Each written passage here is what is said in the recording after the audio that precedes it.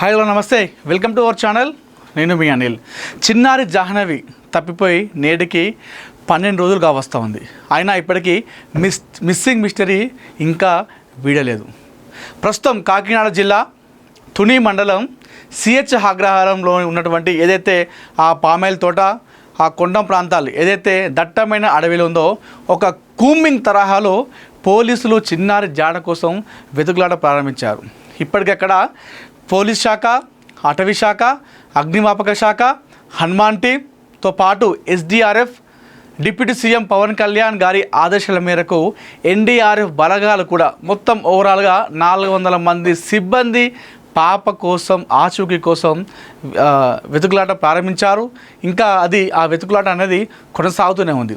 అయినా ఇప్పటికి కూడా చిన్నారి జాహ్నవి జాడ దొరకలేదు, ఆచూకీ కూడా లభించలేదు. కనీసం ఆనవాళ్ళైనా లభిస్తాయో అని చూస్తున్నటువంటి పోలీసులకి ఈ కేసు సవాల్గా మారింది, ఛాలెంజ్గా మారిందని చెప్పుకోవాలి. అయినప్పటికీ పోలీస్ డిపార్ట్మెంట్ ఏదైతే ఉందో అక్కడ పాప ఆచూకీ కోసం అహర్నిశలు నిద్రాహారాలు మానేసి మరీ పాప కోసం వెతుకుతున్నారు. సో ఈ రోజుకి 12 రోజులుగా వస్తుంది పాప తప్పిపోయి.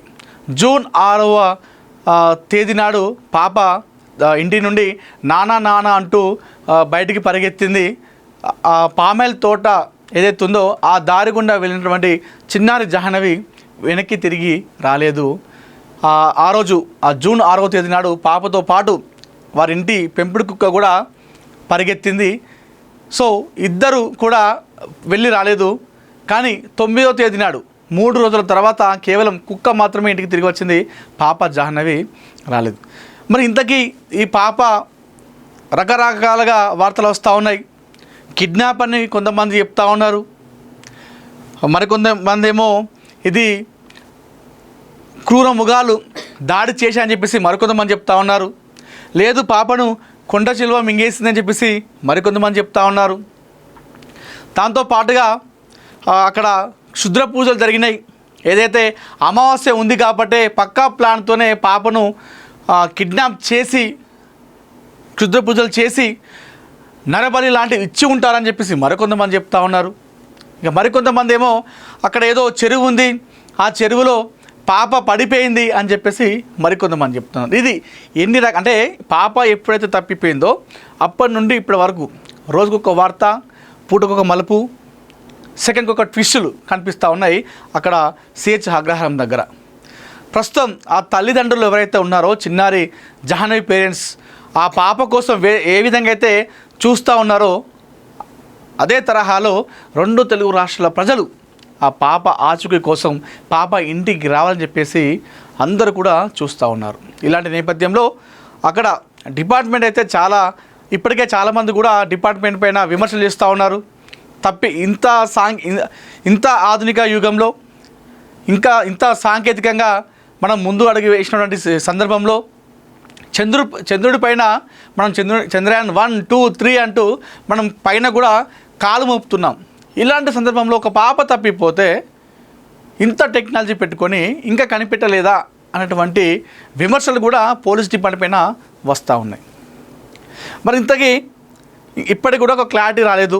సో అక్కడ పోలీసులు ఏమంటున్నారంటే పాపని అడవి మృగాలు దాడి చేశాయని చెప్పేసి అన్నారు. అయితే పాప ఎక్కడైతే పారిపోయిందో అక్కడ ఉన్నటువంటి ఏదైతే అడవి ఉందో ఆ అడవి ప్రాంతంలో ఆ పామాయిల్ తోట కావచ్చు, ఆ కొండ ప్రాంతం కావచ్చు, ఆ ఓవరాల్ అడవి ప్రాంతంలో అడవి మృగాలు ఏవి కూడా లేవని చెప్పేసి పోలీసులు కూడా మరోసారి చెప్పారు.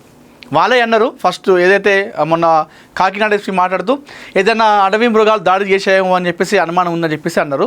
అయితే ఓవరాల్గా వాళ్ళు మొత్తం జల్లెడ పట్టారు కాబట్టి ఆ జల్లెడ పట్టినటువంటి నేపథ్యంలో వారు చూసిన ప్రకారం అక్కడ ఎలాంటి అడవి మృగాలు లేవు అని చెప్పేసి చెప్పడం జరిగింది మరొకసారి ఈరోజు. అయితే పాపని ఎవరో కిడ్నాప్ చేశారనేటువంటి కోణంలోనే ప్రస్తుతం మరొకసారి దర్యాప్తు ముమ్మరం చేశారు పోలీసులు. అంటే అడవి మృగాలు కాదు, దాంతోపాటుగా పాప తప్పిపోలేదు, కిడ్నాపర్ల పనే అనేటువంటి కోణంలో ప్రస్తుతం అయితే పోలీసులు ఆరా తీస్తున్నారు, ఆ విధంగా ముందడుగు వేస్తున్నారు. ఇంతకీ పాప తప్పిపోయినప్పటి నుండి ఈ రోజుకి 12 రోజులు. ఈ 12 రోజులు ఏ రోజు ఏం జరిగింది ఒక్కొక్కరు ఒక్కొక్క కథనాన్ని ప్రసారం చేశారు. ఒకసారి మనం గూగుల్ ఏఐని అడుగుదాం. ఏ రోజు ఏం జరిగింది, ఏ రోజు పాప తప్పిపోయింది, ఏ రోజు ఎలాంటి ఇన్ఫర్మేషన్ వచ్చింది అనే విషయాలన్నీ కూడా మనం ఒకసారి అడుగుదాం, చూద్దాం. ఇక్కడ అంటే ఒక్కొక్క దాంట్లో ఒక్కొక్క కథనం వస్తుంది. అంటే మనం ఇప్పుడు ఎందుకు చూస్తున్నాం ఇదంటే 6వ తేదీ నాడు పాప తప్పిపోయింది.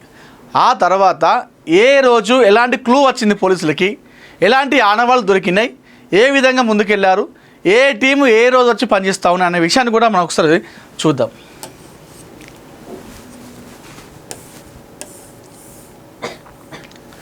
జూన్ 6వ తేదీ అంటే పాప తప్పిపోయినటువంటి మొదటి రోజు. సో చిన్నారి అదృశ్యం. పామాయిల్ తోటలో సంరక్షకులుగా పనిచేసే పేరెంట్స్ తమ కూతురు జాహ్నవి మరియు పెంపుడు కుక్కతో కలిసి తోటలోకి వెళ్ళారు. తిరుగు ప్రయాణంలో ఒకరికొకరు పొరపాట్ల వల్ల పాపను తోటలోనే వదిలేసి ఇంటికి వచ్చారు. ఆ తర్వాత పాప కనిపించలేదని గుర్తించారు. అదే రోజు సాయంత్రం ఒక గ్రామస్తుడు కొండ సమీపంలో కుక్కతో ఉన్నటువంటి పాపను చూసి తీసుకురావడానికి ప్రయత్నించగా కుక్క గట్టిగా మొరగడంతో వెనక్కి తగ్గాడు. ఆ రోజు రాత్రి భారీ వర్షం కురవడంతో ఆధారాలు వెతకడం కష్టంగా మారిందని చెప్పేసి, సో ఏదైతే పాప తప్పిపోయినటువంటి మొదటి రోజు ఈ ఇన్ఫర్మేషన్ అనేది మనకు తెలుస్తూ ఉంది. జూన్ 7 అంటే పాప తప్పిపోయిన రెండవ రోజు ఎలాంటి ఇన్ఫర్మేషన్, పోలీసులకు ఫిర్యాదు. ఏదైతే మొదటి రోజు పేరెంట్స్ ఎవరైతే ఉన్నారో వాళ్ళు పోలీసులకు కంప్లైంట్ చేయలేదు. సెకండ్ డే నాడు పాప ఆచూకీ కనిపించకపోవడంతో రెండవ రోజు వారు పోలీసులను ఆశ్రయించారు. తల్లిదండ్రులు తుని రూరల్ పోలీస్ స్టేషన్లో అధికారికంగా ఫిర్యాదు చేశారు. పోలీసులు రంగంలోకి దిగి తోట పరిసరాల్లో గాలింపు చర్యలు ప్రారంభించారని చెప్పేసి ఇక్కడ చూసుకోవచ్చు. సో జూన్ 8, 9 అంటే 3, 4వ రోజులు ఏం జరిగిందో చూద్దాం. పోలీస్ అటవీ శాఖ సిబ్బంది 500 ఎకరాల తోటను జల్లెడ పట్టడం ప్రారంభించారు. జూన్ 9న పాప వెంట వెళ్ళిన పెంపుడు కుక్క మాత్రమే ఒంటరిగా ఇంటికి తిరిగి వచ్చింది. కానీ పాప ఆచూకీ లభించలేదు. ఇది పాప తప్పిపోయినటువంటి 3వ రోజు 4వ రోజు జరిగినటువంటి సిచ్యువేషన్.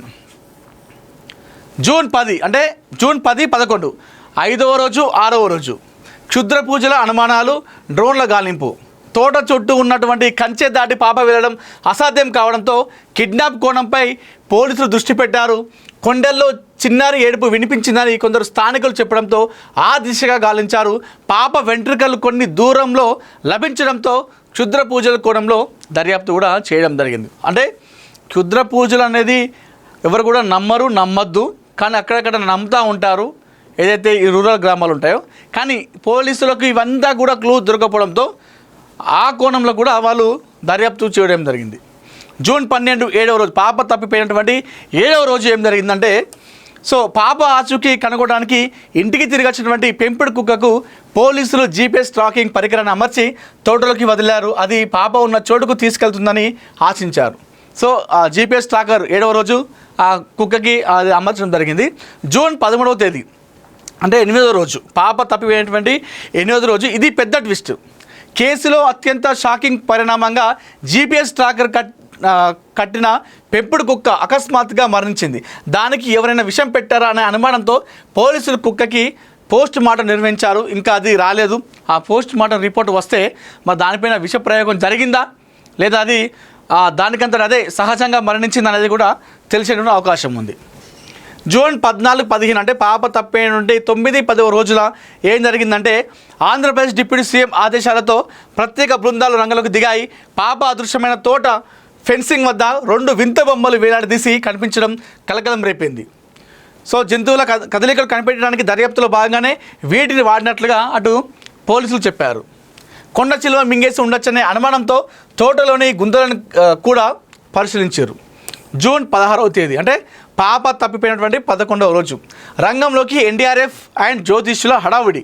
సుమారు 200 మందికి పైగా సిబ్బందితో పాటు ఎన్డీఆర్ఎఫ్, ఎస్డీఆర్ఎఫ్ బృందాలు రంగంలోకి దిగి ఆధునిక నైట్ విజన్, థర్మల్ డ్రోన్లతో గాలింపు తీవ్రం చేశాయి. ఇదే సమయంలో కొందరు జ్యోతిష్యులు, జ్ఞానులు పాప అర్ధరాత్రి 1 గంటకు తిరిగి వస్తుందంటూ సోషల్ మీడియాలో హడావిడి చేశారు. కానీ ఎలాంటి ఫలితం లేదు. ఇంకా వీళ్ళ హడావిడి వీళ్ళది, జ్యోతిష్యులది. జూన్ 17 అంటే పాప తప్పిపోయినటువంటి 12వ రోజు మిస్టరీగానే జాను ఆచూకీ అని చెప్పేసి మనం చెప్పుకోవాలి. చిన్నారి అదృశ్యమై 12 రోజులు గడిచినా ఇప్పటి వరకు ఎలాంటి స్పష్టమైన ఆధారం లభించలేదు. గాలింపు పరిధిని 10 కిలోమీటర్ల వరకు పెంచి చుట్టుపక్కల ఉన్నటువంటి 11 కొండలు మరియు చెరువులను జల్లెడ పడుతున్నారు. సోషల్ మీడియాలో వస్తున్న పుకారు నమోదని తప్పుడు ప్రచారం చేస్తే కఠిన చర్యలు ఉంటాయని అటు డిఎస్పీ హెచ్చరించారు. అయితే జస్ట్ ఒక గంట కింద అనుకుంటా ఆంధ్రప్రదేశ్ హోంమంత్రి వంగలపూడి అనిత గారు కూడా వెళ్ళారు అక్కడికి. ఆ పాప తండ్రితో తల్లితో మాట్లాడారు. అక్కడ జరిగిన సిచ్యువేషన్ మొత్తం కూడా మీడియాతో మాట్లాడడం జరిగింది. సరే, ఏది ఏమైనప్పుడు కూడా పోలీసులకు ఇది ఒక సవాల్గా మారింది. కేసు ఒక ఛాలెంజ్గా తీసుకున్నారు. ఏది ఏమైనప్పుడు కూడా అర్ధరాత్రులు సైతం వారు ఈ కూమింగ్